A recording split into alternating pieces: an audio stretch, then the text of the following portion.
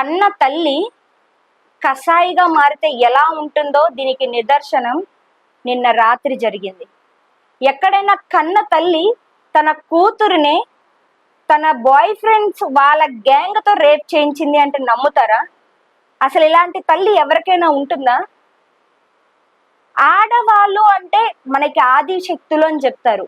ఇక అమ్మ అంటే తనకి ఉన్నా లేకపోయినా పిల్లల్ని ఎంతో జాగ్రత్తగా చూసుకొని పెంచే తల్లి అని చెప్తారు. తండ్రి లేకపోయినా పర్వాలేదు, పిల్లలకి తల్లి ఉంటే చాలు, వాళ్ళని ఎలా పెంచాలో అలా పెంచుతుంది, వాళ్ళని సరిదిద్దుతుంది అని చెప్తారు. కానీ ఇక్కడ అది రివర్స్ అయింది. తన హస్బెండ్తో విడాకులైనాయి, దాని తర్వాత తనకున్న ఇల్లీగల్ అఫైర్ తోనే తన కంటిన్యూ అవుతూ వచ్చింది. అసలు కారణం ఏంటి? ఎందుకని తన అఫైర్ పెట్టుకున్న పర్సన్ ఇంకా వాళ్ళ గ్యాంగ్ తో కలిసి తన కూతుర్ని, అమ్మాయికి 13 ఏళ్ల వయసు అంటున్నారు, 13 ఏళ్ల ఆడపిల్లని ఇంత కిరాతకంగా తన తల్లి గ్యాంగ్ రేప్ చేపించింది. దీని వెనక కారణాలు ఏంటి? వీటన్నిటిని కూడా ఇప్పుడు మనం ఈ వీడియోలో తెలుసుకుందాం. అండ్ మీరు కూడా వీడియోని ఎక్కడ కూడా స్కిప్ చేయకుండా కంప్లీట్ గా చూడండి, అప్పుడు మీకే క్లారిటీగా అర్థమవుతుంది. ఉత్తరాఖండ్ హరిద్వార్ జిల్లాలో బీజేపీ మహిళ ఈమె, అది కూడా మాజీ అధ్యక్షురాలుగా చేశారు. అయితే తన భర్తతో విడిపోయింది. ఈమెకి 13 ఏళ్ల కూతురు కూడా ఉంది. తన కూతురుతో ఈమె బయటకు వచ్చేసింది భర్త నుంచి విడిపోయి. దాని తర్వాత ఈమెకి ఒక ఎఫైర్ ఉందని కూడా చెప్తున్నారు. అయితే ఆ ఎఫైర్ ఉన్న వ్యక్తి పేరు సుమిత్. ఇతనితో కలిసి ఈమె గత కొంతకాలంగా తన ఎఫైర్ అయితే కొనసాగిస్తుంది. అయితే వీరిద్దరి మధ్యన ఉన్న సంబంధం ఏంటి అన్న విషయానికి వస్తే అక్రమ సంబంధం అనే చెప్తున్నారు. ఎందుకు అంటే అతనికి కూడా పెళ్ళైపోయింది అని అంటున్నారు. అంతేకాదు, ఇక్కడ చూడాల్సిన మెయిన్ పాయింట్ ఏంటంటే ఆమె ప్రేమించిన ఎవడైతే ఈ మాజీ ప్రేమికుడు లేకుంటే ఇప్పుడు ఎఫైర్ ఉన్నవాడు అని అనాలో, అతనితో తన కన్న కూతురిని తన గ్యాంగ్తో కలిపించి రేప్ చేయించింది. ఎందుకని ఇంత కిరాతకంగా తల్లి అమ్మాయి పట్ల ఇలా కసాయిగా ప్రవర్తించింది అంటే అసలు ఏమనుకోవాలి. ఆడవాళ్ళకి ఇప్పుడే ఎక్కడా రక్షణ లేదు. ఒక ఆడపిల్ల బయటకు రావాలి అంటే ఇప్పుడున్న ప్రజెంట్ సిచ్యువేషన్ లో ఎన్నో కాంప్లికేషన్స్ ని ఫేస్ చేయాల్సి వస్తుంది.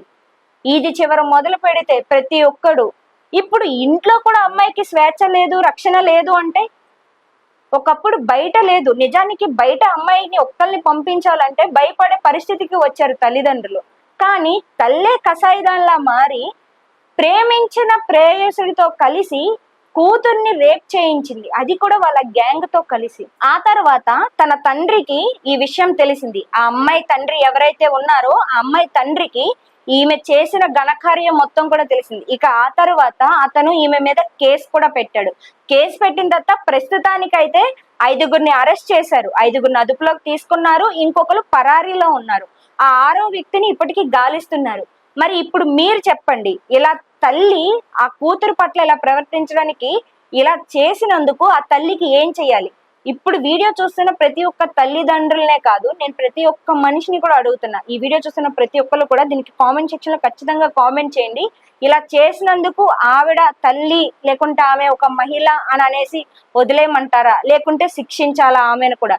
అండ్ ఇంకోటి వచ్చేసి, మొగుడు పిల్లలు విడిపోయారు, ఆడపిల్ల కదా అని ఈమె తెచ్చుకున్నప్పుడు ఎలా చూసుకోవాలి? ఈమెకున్న అక్రమ సంబంధం వల్ల అండ్ వీళ్ళకున్న చిన్న చిన్న ఏవో లైక్ వీళ్ళకి అప్పులు ఉన్నాయని అనేసి వాటిని వీళ్ళు మాఫీ చేసుకోవడం కోసం ఈ అమ్మాయి మీద గ్యాంగ్ రేప్ చేపించిందని ఓ పక్కన ఇలాంటి రూమర్స్ కూడా వస్తున్నాయి.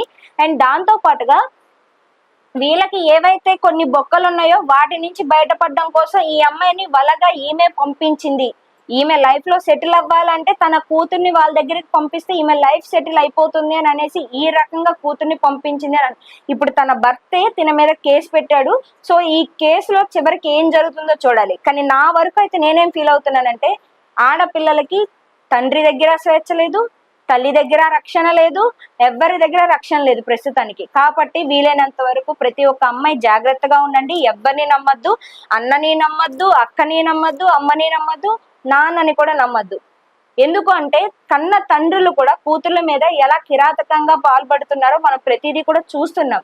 రీసెంట్ గా 3 ఏళ్ల పిల్లను కూడా ఎంత దారుణంగా చంపేశాడో, రేప్ చేసి, అది కూడా చూసాం. దాని తర్వాత వాడే నదిలో దూకి చచ్చిపోయాడు.